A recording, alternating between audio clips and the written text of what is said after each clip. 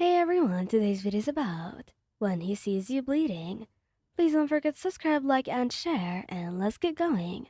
The smell of smoke and charred debris fills the air, a stark contrast to the usual bustling energy of the city. The sky above is an ominous shade of gray, the aftermath of a fierce battle. The cries of civilians, the distant wail of sirens, and the steady thrum of helicopters create a symphony of chaos that permeates every corner of the ruined street. You stand amidst the wreckage, trying to steady your breathing as your vision blurs around the edges. Your ears were ringing, and the weight of the recent fight was still pressing down on you. You wipe a hand across your forehead, and your fingers coming away wet. You don't want to look, but you know you're bleeding. A lot. Wyan, your name echoes through the devastation, and the familiar voice piercing through the haze of pain and exhaustion. You turn your head, blinking rapidly to clear your vision, and there he is, Katsuki Bakugo, your stubborn and fiercely protective boyfriend. His eyes were wild, searching, his spiky blonde hair disheveled, and his hero costume torn in places. Over here, you managed to call out, though your voice is weaker than you had like. You try to stand taller, to show him that you're okay, but your legs are trembling, and you feel like you might collapse any second. Bakugo's gaze locks onto you, and for a moment you see a flash of something raw and terrifying in his crimson eyes. Fear? No, not quite.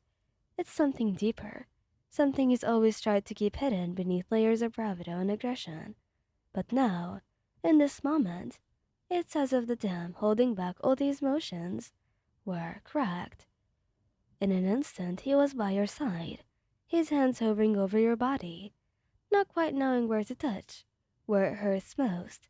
What the hell happened? Who did this to you? His voice was rough, laced with anger, but there's an unmistakable edge of panic there too. You try to smile, to reassure him, but it comes out more of as a grimace. Got caught in the blast, I guess. It was a big one. But I'm okay, Katsuki, just a little scratched up. Scratched up? He growls, his voice rising. You're bleeding like a damn waterfall. Wyan, that's not scratched up, that's... He cuts himself off, taking a deep breath, visibly trying to calm himself down more than calm you. His hands finally find purchase on your arms, gripping them firmly but not too tightly, as if he's afraid you'll break if he holds on too hard. You shouldn't even be standing, he mutters, more to himself than to you.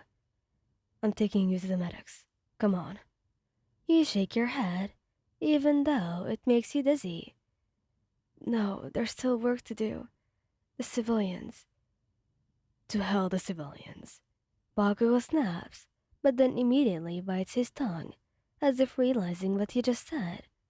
His expression softens, though his eyes were still blazing with intensity. They're not more important than you, alright? Let the others handle it for once. You need help. Katsuki. You protest weakly, but he silences you with a look, one that brooks no argument. You're my responsibility, he says quietly, his voice rough around the edges. I don't care about anything else right now. I need to make sure that you're safe. He moves to pick you up, but you shake your head again, more forcefully this time. I'm not a damsel in distress, Katsuki. You manage to say, though your voice is barely a whisper. I can still walk, I just need a second. Bakugo's jaw tightens, and for a moment you think he might argue. But then he lets out a frustrated sigh. Fine, he mutters. But you're leaning on me, no arguments. He wraps an arm around your waist, carefully pulling you against him, supporting most of your weight as you take a tentative step forward. Pain shoots through your body, but you grit your teeth and push through it, knowing that as long as you're with him, you'll be alright anyway. As you slowly make your way through the rubble, you can't help but glance up at him. His face is a mixture of concentration worry. His eyes darting around as if he's still on high alert, ready to take down any threat that might come your way. But underneath it all, you can see the fear, the vulnerability that he so rarely lets anyone see. Katsuki, you say softly, and he glances down at you, his expression softening slightly. What? He asks, his voice gruff. For a moment, he looks taken aback, as if he doesn't quite know how to respond. Then he scowls, though there is no real heat behind it. Don't go getting all sappy on me now, dumbass. He grumbles.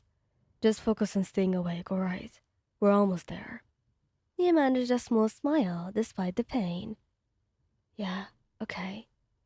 As you continue to lean on him, your steps faltering but steady, you realize that this is why you loved him. Not because he's strong or brave, or because he's a hero, but because underneath all of that, he's just a guy who cares too much, who loves too much, and who would do anything to keep his lover safe. In this case, you. And as the world around you fades into a blur of colors and sounds, you know that as long as he's by your side, you'll always find a way to stand back up, no matter how many times you fall. Finally, you reach the medics, and Bakugo carefully lowers you into a stretcher, his hands lingering on you for just a moment longer before he steps back, his face set in a hard, unreadable expression.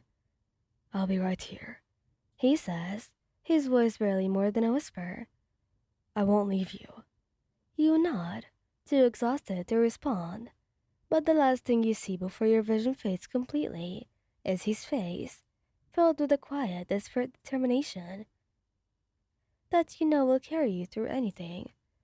And because that's what he does, he fights, he protects, and he never gives up. Not on you, not on anyone he cares about, and neither will you. Before you were completely drifting off, you feel a warm hand squeeze yours, grounding you in the moment. Hey, you better wake up soon, you hear me? I still need to chew you out for scaring the hell out of me. A faint smile tugs at your lips, and you give his hand a weak squeeze in return, murmuring, Wouldn't miss it for the world, Katsuki. He huffs, and you can almost hear the smile in his voice as he responds, Damn right you won't. And with that, you let yourself fall into unconsciousness, safe in the knowledge that when you wake up, he'll be there, just like he always is. Thank you guys for listening. I hope you liked this video. Please don't forget to subscribe, like, and share, and goodbye!